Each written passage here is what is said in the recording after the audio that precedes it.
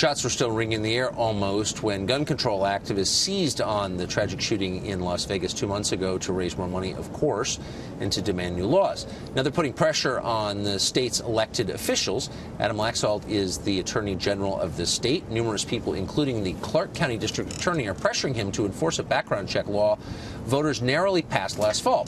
Laxalt says there's a simple problem with that law. It's completely unenforceable. Adam Laxalt joins us tonight.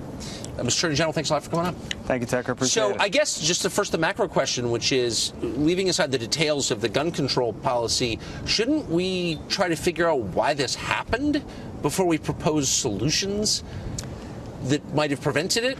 Well, this is what happens every time, that when there's an incident that involves guns in any way, of course, the political left immediately goes to this issue.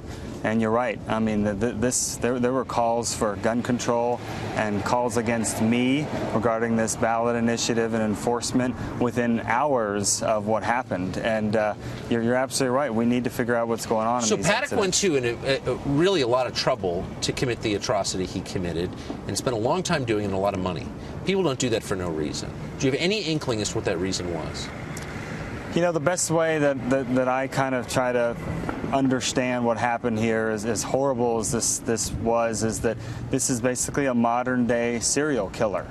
And, you know, once upon a time, you had the streets of London, and someone would go through and kill particular women for weeks at a time. And unfortunately, this is kind of a modern face of a really sick person plotting a way to kill hundreds of people over a long period of time. And you know, unfortunately, he pulled this horrific act off. He certainly did. So the background check proposal, tell me what's wrong with the background check in this case. So the Bloomberg Gun Group, they poured in almost $20 million in the state of Nevada in 2016 so that they could get this ballot initiative through. And despite people complaining about the language, it passed, and it passed by less than 1%. The problem was the way they wrote it. They said that only the FBI was allowed to do background checks. Right. And we are a point of contact state where Nevada, we do our own background checks. So when push came to shove, this thing passed. Our voters passed it. But the FBI sends a letter saying, well, we're not going to do the background checks, and you can't make us do the background checks. So I was asked for a legal opinion by the governor's agency that does our background checks, says, what do we do with this? And understandably, right opinion says, hey, without the FBI doing the background checks, there's no way to move forward with the ballot initiative. So in effect, this would mean no background checks. Yeah, on this particular area of private sales for guns, there's no way to move forward. And it's important to know that the way they wrote this was intentional. In our state, if they had sent it to the state, then it would have cost the money. And it would have looked like a tax, and likely it would not have passed if people felt they needed to pay for this particular initiative. But I guess what I find so confusing is that Stephen Paddock followed existing law.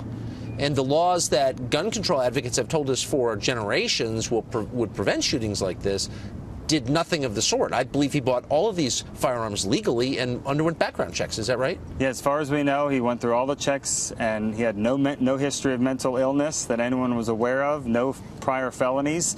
So he went through all the normal hoops and was a lawful gun owner. Then why are we having the same stupid conversations again and again? I don't understand. You know, I just think it's pure political grandstanding. People want to be able to score points. They want to be able to go after someone like me.